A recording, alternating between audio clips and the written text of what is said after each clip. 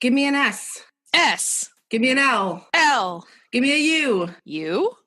Give me a T. T. I can't finish it. It's just too...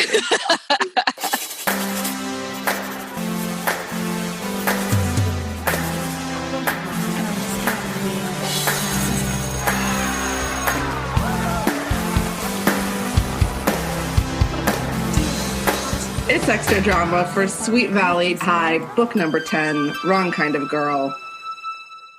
I'm your host, Marissa Flaxbart, and with me again is my dear friend, Mary Parker. Hi, Mary. What's up? If this episode sounds a little funky, hopefully it's not too bad, but we are recording this remotely using a new system. And just to pull back the curtain a little bit, Mary, our last episode, your main episode, we recorded when you were out visiting me in LA from the East Coast. That is correct. It's Marathon Monday here, by the way. In Boston. It is Marathon Monday. Yep. And that's why you took the day off of work. Yeah, well, we get the day off work automatically. You get the day off work. You guys get all sorts of crazy days in Massachusetts. Well, they don't want you to have to deal with riding the trains with a bunch of adrenaline pumped weird tourists. Well, that sounds great. Here in LA, I can only imagine a day when your bosses didn't let you in because they didn't want you to ride the trains. If only. Although I did get the day off once because it was raining really hard. So that was a new experience for me coming from Chicago. But it has to be said, very shortly after your visit out here to LA, you got engaged. I sure did. So first of all, congratulations. Thanks. Second of all, I want to give you the opportunity to clear the air here because in the main episode, you suggested that you'd like to marry a Bruce Patman type just so that you can ruin his life from the inside and give him his just desserts and, his like true comeuppance. And I just, is that what's happening here, Mary? No, my now husband is not a Bruce Patman type, but that does not preclude me ruining a Bruce Patman. You can always just create a fake identity. That definitely sounds like double good news to me. Because on the one hand, you're not trying to ruin your current husband's life, and he is not a terrible asshole. That's really great news. And with advent of like the internet and whatnot, I can just start catfishing people. Yeah, and that's the other part of the good news because it means that like if there's a Bruce Patman type out there who's like primed for his life to be ruined by you and like the stars align, it could still happen, and so that dream stays alive. I think that's really nice. Get ready for the pain. Well.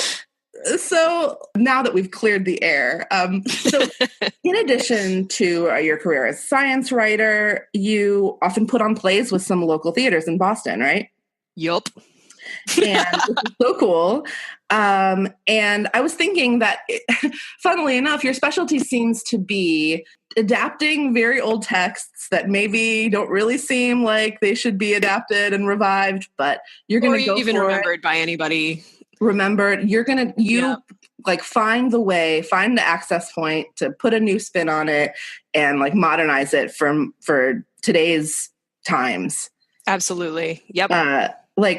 You just put on a show recently that was kind of like that, right? Yeah. The show I just did was RUR, which is the play that invented the word robot. And you're like, great. Oh, hey, this sounds really fun. It's like a classic sci-fi play. And then I read it and it was like the most misogynist play I'd ever read, which is very surprising considering the amount of early modern theater that I read. Like major plot points hinged on the main character being, oh, she's just a stupid woman. But then it turned out to not be that hard to change it. The play turned out really great. In fact, we had a ton of people come see it. A lot of nerds had heard of it and obviously had never seen it. And we made a lot of money, at least by community theater standards. So I thought it might be fun to think about what Sweet Valley High, book number 10, Wrong Kind of Girl, a stage production might look like. It would take some pretty heavy modifications, but here's my pitch. All right, here's my you got a pitch all ready to go. Okay, I love it. Sure, I'm totally not making this up in this moment as I talk. So here's the scene. You've got this wonderful popular book series. Every girl's read it. It's amazing. Every single girl in the entire United States have heard of this. And their number 10 is their favorite book because number 10, 1-0, perfect, 1. It's number 1 of O. And it's called Wrong Kind of Girl. It involves so many modern themes of slut shaming and sisters and going to Dairy Burger. You never have seen something that's so relevant to our times. But what you do see is you make it like a modern 21 Jump Street style 80s raunchy comedy, So you have adult actors playing all of the high school students, all right? You've got Kristen Wiig as both Elizabeth and Jessica. You've got Annie is going to be played by, I don't know, let's say... Who's hot right now? Who's hot? Oh, I got it. What's her face? Jennifer Aniston. And then you've got Todd. Let's say Todd's played by Will Ferrell. Okay, it's going to be like a Deadly Adoption reunion. Everyone remembers Deadly Adoption. It was really popular. It'll be perfect. Can't go wrong. You already cast in the main episode. You already cast Selma Blair as Annie Whitman. Oh, that's right. Yeah, Annie's can be. Selma Blair can be Annie. Jennifer Aniston can play the stupidest of the cheerleaders, the one that Jessica takes to the mall. Oh yeah, not Sandy Bacon, but the one that was Tim's sister, Helen something. Helen, yeah, that's right. Yeah, no, Sandy Bacon is taken. Sandy Bacon is a comeback for Renee Zellweger. That's nice. We can all see it. It's perfect. Nice. But look, it's on stage, okay? It's all about the suspension of disbelief, all right? And listen, here's going to be the thing that's really going to draw in the crowds. You break the fourth wall, like, constantly. In fact, all of the lines are delivered straight to the audience, making them complicit in the slut shaming. That's very fresh and modern. I think maybe for Ricky Capaldo, we could have...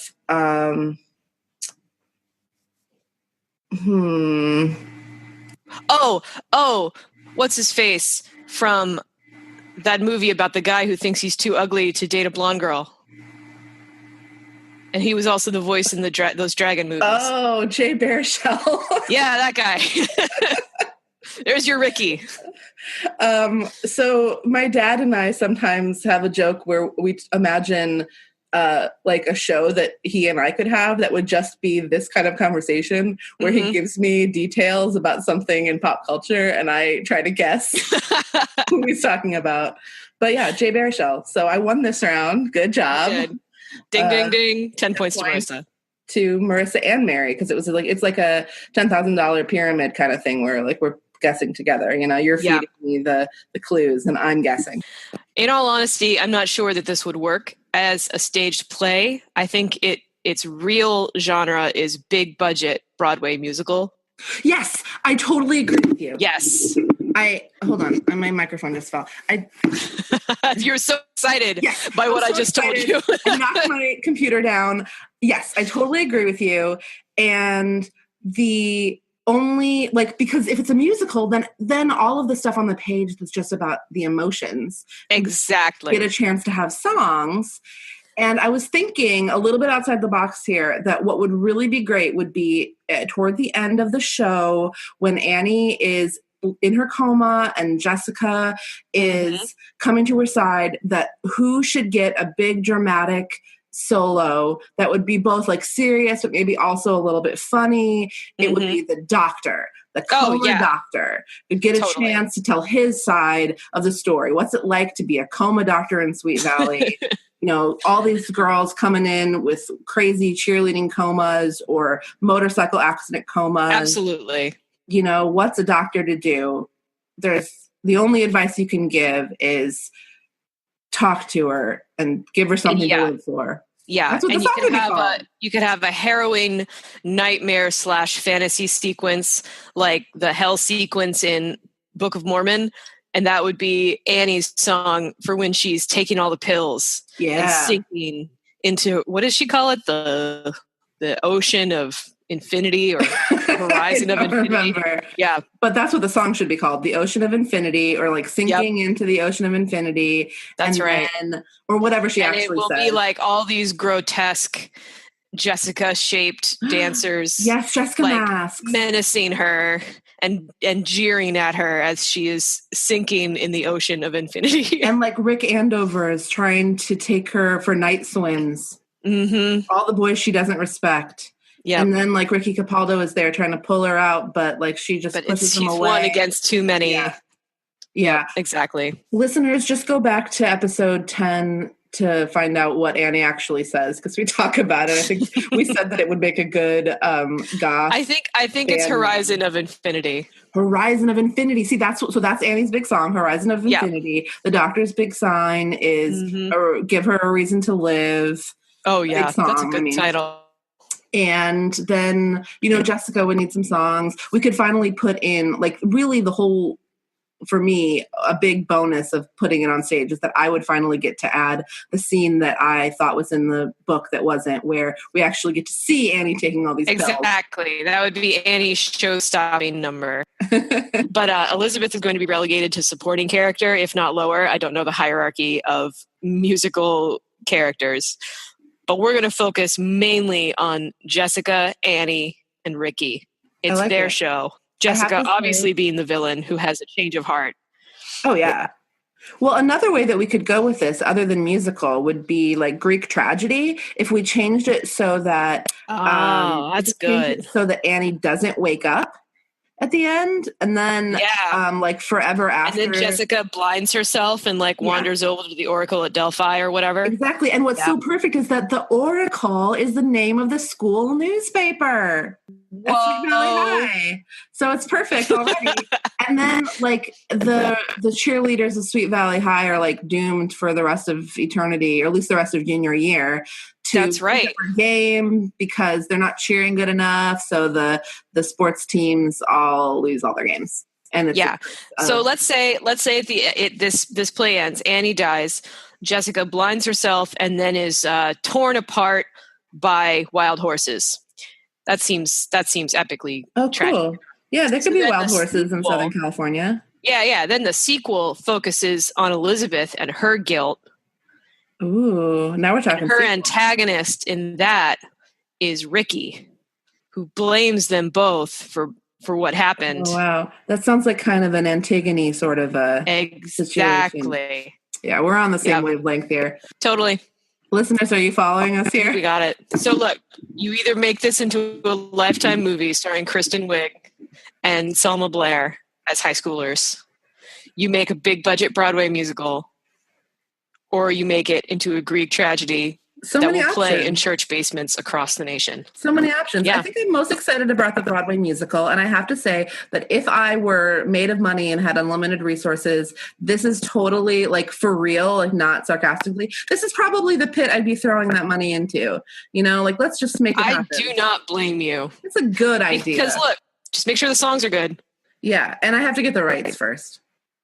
Well, that too. But hey, maybe you pitch this to Lin-Manuel Miranda first, and then it would be easier to get the rights. I agree. If I have Lin attached, it's in the bag. That can't be that hard, right? He's not like busy or anything. I think he likes podcasts a lot. What's he even doing these days? Lynn, if you're out there listening, because you listen to every podcast, get in touch. You can email me. Contact Marissa. diaries@me.com. Not me. I don't know what I'm talking about. Get a hold of Marissa. Well, Mary, thank you so much for joining me for this. I guess it just remains for me to say that this is the final episode for this first season of Sweet Valley Diaries. But don't worry, even though when I first set out to create this podcast, I set for myself a 10-episode goal. Let's try 10 episodes and then we'll reevaluate. The whole thing has just been so fun. Listeners, thank you so much for listening. It's been really, really rewarding to know that people are out there listening to the show. And I've just had a blast. So definitely season 2 is in the works. And I will not leave you hanging on that. Now that I've made that promise in this audio format, you can believe that I will deliver on it. That's how my brain works. I made this commitment. You better not leave me hanging and not let me read the book where Bruce gets his comeuppance Ooh, I claim it right now. All right, cool. I totally will. That won't be this next season. That'll be in a future season. But listeners, stay tuned later this summer for season 2, and I'm hopefully will be having some kind of bonus content for you to tide you over in the meantime. So thanks again to Mary. Thanks to Lauren Shippen, Jocelyn Schofield. Thanks to Don Flaxbart, Mary Kate Battles, Nick Riley, and thanks to Mary Parker. That's me. You thank me twice. I win. I want to thank you all day long, Mary Parker. Congratulations on your nuptials. Oh, thanks. You're welcome.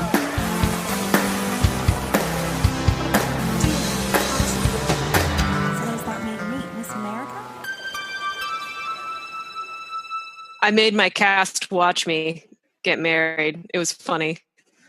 That's a weird thing to say. I know. It was a weird thing to do, but it happened. All right. Okay. Love you. I'm going to hang up now, and hopefully this recording makes some sense. I hope so too. Thanks. Bye. Bye.